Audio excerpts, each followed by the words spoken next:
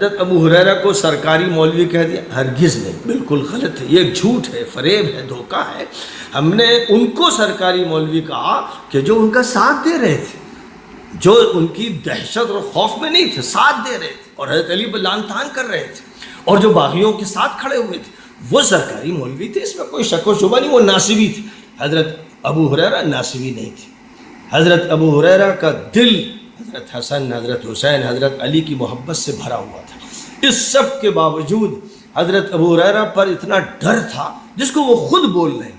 اب جب وہ خود یہ کہہ رہے ہیں کہ میں نے حدیث کا ایک بڑا حصہ نہیں بیان کیا، تو اس پر بعض لوگوں نے کہا تو ابو بکر کے دور میں کیوں نہیں بیان کیا، عمر کے دور میں کیوں نہیں بیان کیا؟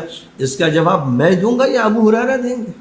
یہ تو اللہ میاں اگر ان سے قیامت میں پوچھیں گے تو وہ جواب دیں گے، اور دنیا میں کوئی عدالت ہوتی ہے ان سے پوچھا جاتا ہے، اور ایسے ان کے مقامات واضح کر دیے۔ روکیں یہ آپ لوگوں نے اچھی طرح سن لیا ہے کہ یہ اس آدمی کہہ رہا ہے کہ میں نے ابو ہریرہ رضی اللہ تعالی عنہ کو سرکاری مولوی نہیں کہا، اور یہ جھوٹ ہے، یہ فراڈ ہے، یہ فریب ہے۔ اور آخر میں حالانکہ پھر ان پر تان کر ہی گیا اور یہ کہا کہ بھائی ہم نے دوسرے لوگوں کو کہا ہے جو ان کا ساتھ دے رہے تھے، فلاں کر رہے تھے، فلاں کر رہے تھے، حالانکہ وہ بھی صحابہ کی طرف اشارہ ہے۔ بہرحال اس نے اس میں یہ کہا کہ ابو ہریرہ رضی اللہ تعالی عنہ کو میں نے سرکاری مولوی نہیں کہا۔ یہ آپ لوگ یاد رکھیے گا کہ اس ویڈیو میں یہ انکار کر رہا ہے کہ میں نے ان کو نہیں کہا ہے۔ اب انشاءاللہ ہم آگے سنیں گے کہ کیا کہا ہے۔ اس کی ویڈیو دوسری بھی موجود ہے، جو کہا ہے وہ بھی موجود ہے، اور جس میں انکار کیا ہے وہ بھی موجود ہے۔ انکار کرنے والی ویڈیو آپ نے سن لی ہے، اب آگے دیکھیں گے۔ اور یہ یاد رکھیے کہ اپنی ویڈیو میں اس نے باتیں تو بہت ساری کی ہیں، لیکن میرا جو ٹارگٹ ہوگا، جو مقصود اصل ہے، وہ ابو ہریرہ رضی اللہ تعالی عنہ کا دفاع ہے۔ ضمنی باتیں یا سائڈ سے جو باتیں اس کی آئیں گی انشاءاللہ مختصراً اس پر بھی میں کچھ عرض کروں گا، لیکن اصل جو ہدف ہے وہ ابو ہریرہ رضی اللہ تعالی عنہ کا دفاع ہے کہ اس نے کسی کو نہیں چھوڑا ہے۔ تو آئیے اب آگے سنتے ہیں۔ یہاں تک آپ نے سنا کہ انکار کر رہا میں نے نہیں کہا، اور حالانکہ آخر میں پھر کچھ نہ کچھ جا کر کے بول ہی دیا ہے۔ اب آگے سنیے یہ کیا کہتا ہے۔ چلیں ویڈیو چلائیں۔ اور ایسے ان کے مقامات واضح کر دیے، اور جن کے بارے میں یہ کہا ہے حذیفہ ابن الیمان سے کہ وہ منافق ہیں، اور جنہوں نے اپنے نفاق کا احد کے غزوے کے موقع پر کھلم کھلا اظہار کیا، اور جو حضور کی وفات کے بعد مرتد ہو گئے، ان سب کے بارے میں بھی کھل کر بولیے، حقائق کو پیش کیجئے۔ یہ جو ایک عقیدہ گڑھا گیا ہے، جھوٹا عقیدہ، اور ملمہ سازی کر کے اہل سنت پر اس کو مڑھ دیا گیا ہے، جو صحابہ ہیں ان کے بیانات اس کے بالکل خلاف ہیں۔ ان کے بیانات پڑھیے، حضرت حذیفہ کے، حضرت عمار کے، حضرت سعد ابن ابی وقاص کے، حضرت علی ابن ابی طالب کے، اور اس کے بعد آگے آئیے تو حضرت حسن کے، حضرت حسین کے، ان کے بیانات پڑھیے، وہ ہیں جو نمائندگی کر رہے ہیں۔ یہاں پر ابھی آگے یہ شخص جو ہے ابو ہریرہ رضی اللہ تعالی عنہ پر تان شروع کر رہا ہے، لیکن ان پر تان شروع کرنے سے پہلے جو یہ باتیں اس نے کہہ دی ہیں اور جو باتیں ہم نے سن لی، ان پہ ایک مختصر سا جو ہے تبصرہ ہو جانا چاہیے۔ جواب شروع کرنے سے پہلے یہ جان لیجئے نا کہ یہ جو اعتراضات اس خبیث رافضی نے اٹھائے ہیں یہ اس کے اپنے نہیں ہیں اور کوئی نئے بھی نہیں، اور یہ اعتراض دراصل مستشرقین کے ہیں، روافض کے ہیں، ملحدین کے ہیں، یا منکرین حدیث کے ہیں۔ حذیفہ ابن الیمان رضی اللہ تعالی عنہ کو رسول گرامی صلی اللہ علیہ وآلہ وسلم نے جن منافقین کے نام بتائے تھے ان میں کسی بھی صحابی کا نام ہے؟ صحابہ کی جماعت تو اور ہے، منافقین کی جماعت اور ہے، منافقین کچھ اور ہیں، صحابہ کچھ اور ہیں۔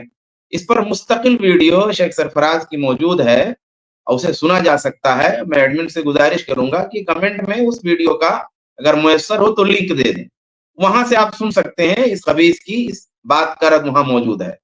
تو بس اتنا میں نے یہاں پہ مختصر یہ بات عرض کر دی ہے۔ دوسری جو یہ بات اس نے کہی کہ غزوہ احد کے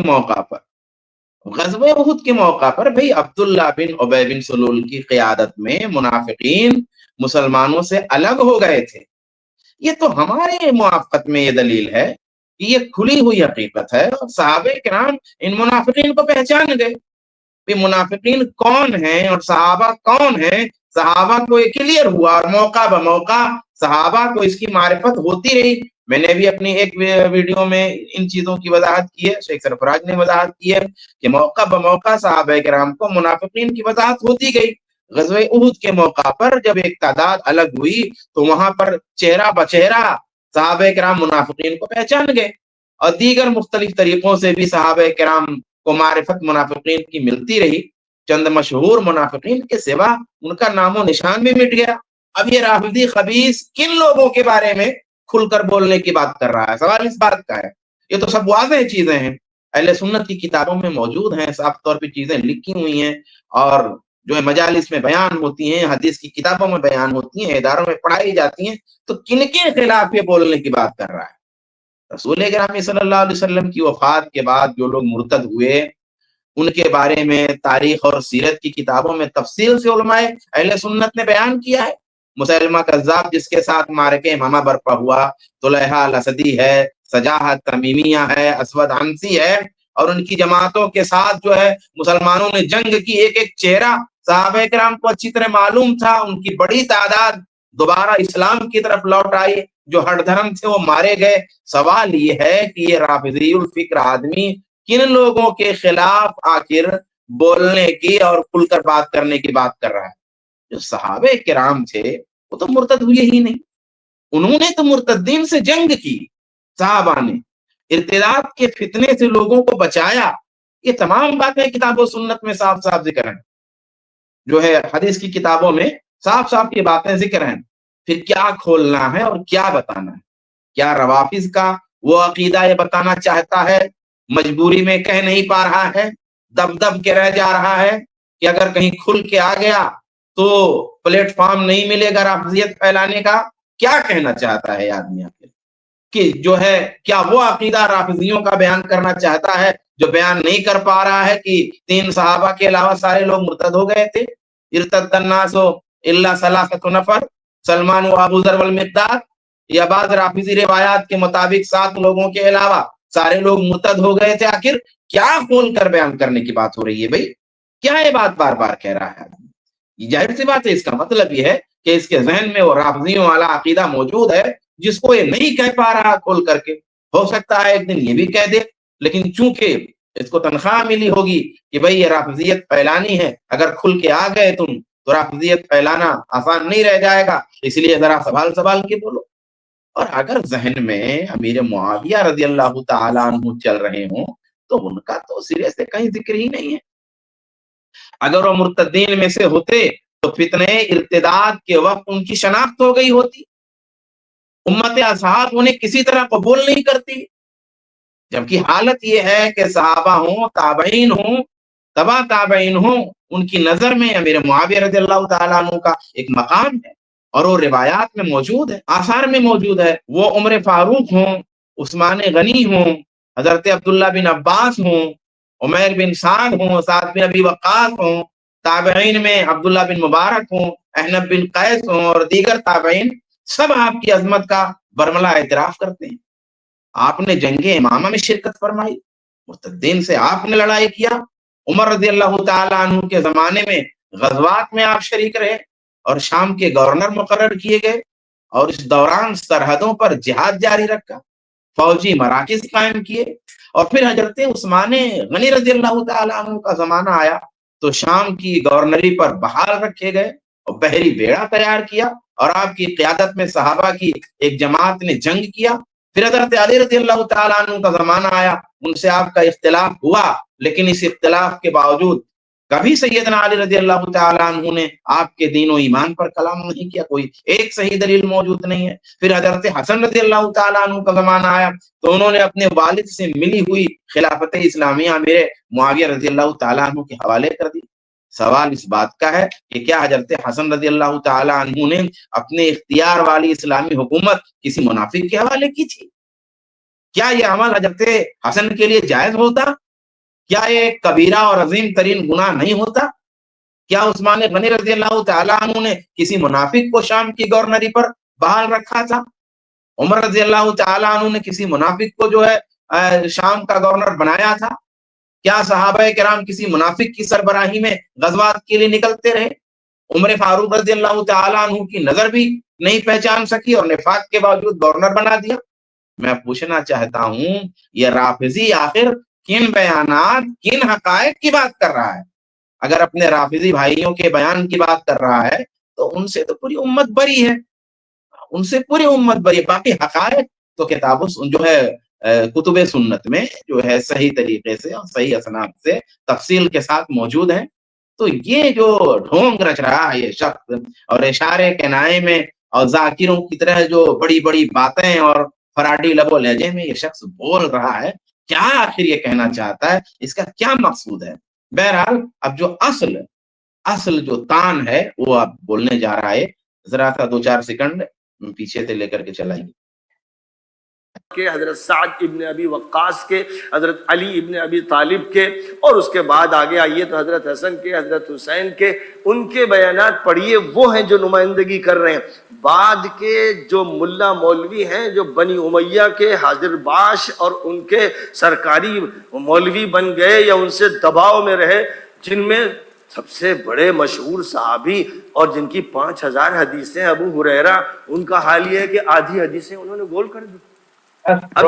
یہ جو بس دیکھیے یہ آپ نے سنا، اس سے پہلے اس کی ویڈیو آپ سن چکے کہ یہ کہہ رہا ہے کہ میں نے ابو ہریرہ رضی اللہ تعالی عنہ کو سرکاری مولوی نہیں کہا۔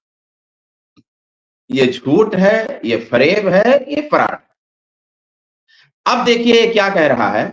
اب یہ کہہ رہا ہے کہ بعد کے جو ملا مولوی، جملہ ایک جو بنی امیہ کے حاضر باش اور ان کے سرکاری مولوی بن گئے یا ان سے دباؤ میں رہے، جن میں سوال یہ ہے کن میں؟ جن میں سب سے بڑے مشہور صحابی کن میں؟ بھائی اب پیچھے جملہ بول چکا ہے، ان میں جو بعد کے ملا مولوی ہیں، ان میں جو بنو امیہ کے حاضر باش ہیں، ان میں جو سرکاری مولوی بن گئے، ان میں جو ان کے دباؤ میں رہے، اور ان میں سب سے بڑے، بھائی اس نے صرف سرکاری مولوی نہیں کہا بلکہ سب سے بڑے سرکاری مولوی کہا، صرف حاضر باش نہیں کہا، سب سے بڑے حاضر باش کہا، ان سے دباؤ میں رہے خالی نہیں کہا، سب سے زیادہ دباؤ میں رہے، کہا جن میں سب سے بڑے مشہور صحابی اور جن کی 5000 حدیثیں ہیں ابو ہریرہ، ان کا حال یہ ہے کہ آدھی حدیثیں انہوں نے گول کر دی۔ اتنے صاف طریقے سے آپ 2 بار 3 بار 4 بار کئی بار آپ سن لیجئے گا اس ویڈیو کو، اس ٹکڑے کو خالی، اور شروع میں جو ہم نے آپ کو سنوایا ہے اس کو آپ سن لیجئے تو آپ اندازہ لگا سکتے ہیں کہ یہ شخص کتنا بڑا ماکر اور کتنا بڑا جھوٹا ہے۔ شرم نہیں آتی اس رافضی کے نزدیک جو ہے ابو ہریرہ رضی اللہ تعالی عنہ کا مقام و مرتبہ کیا ہے۔ پھر یہ تنہا ابو ہریرہ رضی اللہ تعالی عنہ نہیں ہے، اس کی نظر میں ابھی کون کون سے اکابر اور اصاغر صحابہ کرام ہیں، ممکن ہے کسی سال میں ان کا بھی نام بیان کرے۔ سب کے نام یہ ایک ساتھ نہیں بیان کرتا تاکہ جن کے ذہنوں کو یہ زہر آلود کرنا چاہتا ہے، مسموم کرنا چاہتا ہے، بتدریج دھیرے دھیرے زہر آلود کرے، مسموم کرے، کیونکہ یکایک اگر یہ اپنی غلاظت اڈیل دے گا تو اس کا ٹولہ ہی اس کے خلاف ہو جائے گا۔ جو اخوانیوں کی جماعت ہندوستان کے اندر جو اس کو پلیٹ فارم دے رہی ہے، وہ پلیٹ فارم شاید نہ ملے اگر ایک ساتھ سارے صحابہ پر آ جائے گا۔ اس کو پلیٹ فارم ملا ہوا ہے اور اس اخوانیت کے پلیٹ فارم سے یہ شخص ساری ہرزہ سرائی کر رہا ہے۔ تو پھر تمام تر جھوٹی وضاحت کے باوجود یہ کہہ رہا ہے کہ ابو ہریرہ رضی اللہ تعالیٰ عنہ نے آدھی حدیثیں گول کر دی، آدھی حدیثیں گول کر دی۔ اب یہ بھی کہ اچھا وہ حصہ ذرا سا چلائیے تو جو شروع کا حصہ ہے جس میں اس نے کہا ہے کہ میں نے نہیں کہا ہے، ذرا وہ اس کو چلائیے، اس کی کچھ باتیں پھر سے یہاں پیش کر دیں۔ اس میں اس نے انکار کیا ہے کہ میں نے ابو ہریرہ رضی اللہ تعالیٰ عنہ کو سرکاری مولوی نہیں کہا۔ مولوی کہہ دیا، ہرگز نہیں، بالکل غلط ہے، یہ جھوٹ ہے، فریب ہے، دھوکہ ہے۔ ہم نے ان کو سرکاری مولوی کہا کہ جو ان کا ساتھ دے رہے تھے۔ جو ان کی دہشت اور خوف میں نہیں تھے، ساتھ دے رہے تھے اور حضرت علی پہ لعن طعن کر رہے تھے، اور جو باغیوں کے ساتھ کھڑے ہوئے تھے وہ سرکاری مولوی تھے، اس میں کوئی شک و شبہ نہیں، وہ ناصبی تھے۔ حضرت ابو ہریرہ ناصبی نہیں تھے۔ حضرت ابو ہریرہ کا دل حضرت حسن، حضرت حسین، حضرت علی کی محبت سے بھرا ہوا تھا۔ اس سب کے باوجود حضرت ابو ہریرہ پر اتنا ڈر تھا جس کو وہ خود بول رہے ہیں۔ اب جب وہ خود یہ کہہ رہے ہیں کہ میں نے حدیث کا ایک بڑا حصہ نہیں بیان کیا، تو اس پر بعض لوگوں نے کہا تو ابو بکر کے دور میں کیوں نہیں بیان کیا، عمر کے دور میں کیوں نہیں بیان کیا؟ اس کا جواب میں دوں گا یا ابو ہریرہ دیں گے؟ یہ تو اللہ میاں اگر ان سے قیامت میں پوچھیں گے تو وہ جواب دیں گے، اور دنیا میں کوئی عدالت ہوتی ہے ان سے پوچھا جاتا ہے۔ کیا کہہ رہا ہے ایسا؟ کہہ رہا حضرت ابو ہریرہ پر بڑا ڈر تھا، حضرت عمر اور حضرت صدیق کے دور میں کیوں نہیں بیان کیا؟ اس کا جواب ابو ہریرہ دیں گے۔ سوال جس نے بھی کیا اس شخص سے بہت معقول سوال کیا کہ اگر معاملہ ایسے کسی خوف کا تھا، واقعی حضرت ابو ہریرہ رضی اللہ تعالی عنہ پر کوئی خوف کا مسئلہ تھا جیسا کہ یہ رافضی بیان کر رہا ہے، تو سوال یہ ہے عہد نبوی ہی میں دیگر صحابہ سے وہ روایتیں ابو ہریرہ رضی اللہ تعالی عنہ نے کیوں نہیں بیان کی؟ سوال ہے نا یہ۔ اگر واقعی یہی مسئلہ ہے، اگر واقعی یہی بات ہے، تو جس وقت ابو ہریرہ رضی اللہ تعالی عنہ روایتیں رسول گرامی سے سماعت کر رہے تھے، وہ وقت بھی روایتوں کے تحمل اور ادا کا تھا۔ صحابہ رسول گرامی صلی اللہ علیہ وآلہ وسلم سے روایتیں سنتے تھے اور دوسروں کو بیان کرتے تھے، تو وہ بھی ایک موقع تھا ان روایتوں کو بیان کرنے کا عہد نبوی میں خود، جیسا کہ صحابہ کی عادت تھی۔ پھر صدیق اکبر کے زمانے میں وہ روایتیں وہ بیان کر سکتے تھے، بھائی یہاں تو کوئی خوف نہیں تھا، کوئی ڈر نہیں تھا۔ پھر عمر فاروق رضی اللہ تعالی عنہ کے زمانے میں اس زمانے میں آپ وہ روایتیں بیان کر سکتے تھے۔ پھر عثمان غنی رضی اللہ تعالی عنہ کے زمانے میں وہ روایتیں بیان کر رہے تھے۔ اگر سبب خوف تھا اور کسی شخص سے اور حکومت سے خوف تھا، سوال یہ ہے کہ اس اتنے لمبے عرصے میں ان روایتوں کو آپ نے کیوں نہیں بیان کیا جن کی طرف یہ اشارہ کر رہا ہے؟ یہ سوال سیدنا ابو ہریرہ سے ہرگز نہیں بنتا۔ انہوں نے نہیں بیان کیا یا وہ سمجھتے تھے کہ نہیں بیان کرنا ہے، وہ ضروری سمجھتے تھے یا مناسب سمجھتے تھے کہ نہیں بیان کرنا ہے؟ تو سوال ان سے کیوں بنتا ہے؟ سوال اس سے بنے گا جو ان کے اس موقف پر، ان کی اس رائے پر اور ان کے اس فیصلے پر اعتراض کر رہا ہے، جو یہ کہہ رہا ہے کہ بنو امیہ کے ڈر سے روایتیں انہوں نے بیان کی۔ کہیں بنو امیہ کا لفظ نہیں ہے کہ بنو امیہ کے ڈر سے روایتیں نہیں بیان کی، کسی نے یہ تشریح نہیں کی ہے کہ بنو امیہ کے ڈر سے روایتیں نہیں بیان کی۔ کیا مسئلہ تھا؟ اس مسئلے کی وضاحت جو ہے خود حضرت ابو ہریرہ رضی اللہ تعالیٰ عنہ نے نہیں کیا ہے، تو جس کی وضاحت، جس کی تشریح مکمل انہوں نے نہیں کی، اور ان کا اپنا فیصلہ ہے، ان کی اپنی رائے ہے، اور اس فیصلے کی روشنی میں انہوں نے یہ روایتیں نہیں بیان کی، تو ان پہ تم کیسے اعتراض کر سکتے ہو؟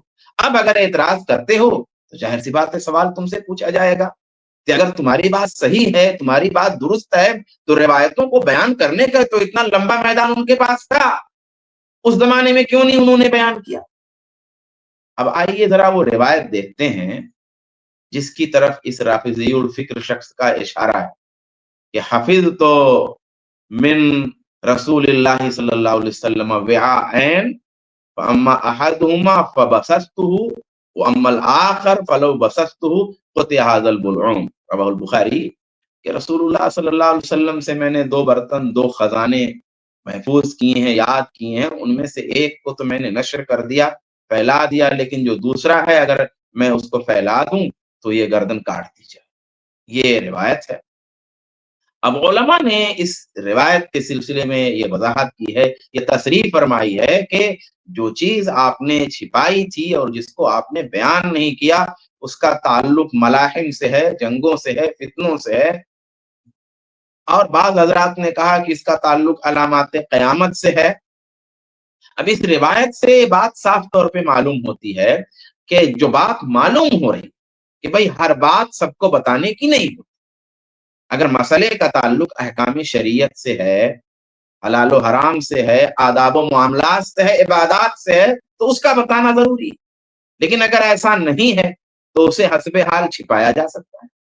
اور اس حوالے سے سب سے بہترین فیصلہ خود حضرت ابو ہریرہ کا مانا جائے گا، کیونکہ وہی راوی ہیں اور انہی کو پتا ہے، تو وہی یہ فیصلہ کریں گے نا کہ بتانا چاہیے یا نہیں بتانا چاہیے۔ دوسرا کیسے فیصلہ کر سکتا ہے؟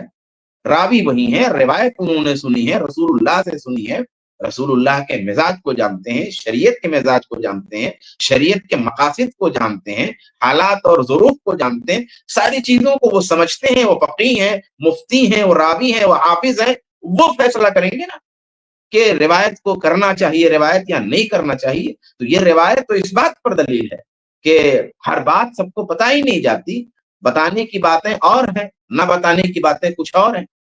ابو ہریرہ رضی اللہ تعالیٰ عنہ پر روایت کرنے اور بتانے کا اتنا سخت دباؤ آپ بنا رہے ہیں، سوال یہ ہے کہ خود رسول گرامی نے اور لوگوں سے روایت کیوں نہیں کی؟ پھر رسول گرامی نے ابو ہریرہ رضی اللہ تعالیٰ عنہ سے یہ روایت تو بیان کی، سوال یہ ہے کہ یہی روایت اور دوسرے لوگوں سے کیوں نہیں بیان کیا؟ جو اعتراض آپ سیدنا ابو ہریرہ پہ کر رہے ہیں، پھر وہی اعتراض اگر تمہاری بے باکی اور گستاخی اور یہ جرات اور یہ بے ڈھنگا لب و لہجہ اگر تھوڑا اور آگے بڑھ جائے تو رسول اللہ کی ذات تک پہنچ جائے کہ بھائی ابو ہریرہ رضی اللہ تعالیٰ عنہ ہی کو وہ ساری روایتیں کیوں بیان کی؟ کیا اور دوسرے صحابہ نہیں تھے؟ کیا اور مجالس نہیں تھی جن میں وہ روایتیں رسول اللہ کھل کے بیان کرتے سب؟ تو معلوم یہ ہوتا ہے، اندازہ یہ ہوتا ہے، اہل علم کی بصیرت یہ کہتی ہے کہ ابو ہریرہ رضی اللہ تعالیٰ عنہ کو رسول گرامی صلی اللہ علیہ وسلم نے بہت سی اضافی چیزیں ان کے شوق علم کی بنا پر بتا دی، جن کا تعلق کردار و عمل سے نہیں تھا، مطلق اخبار سے تھا۔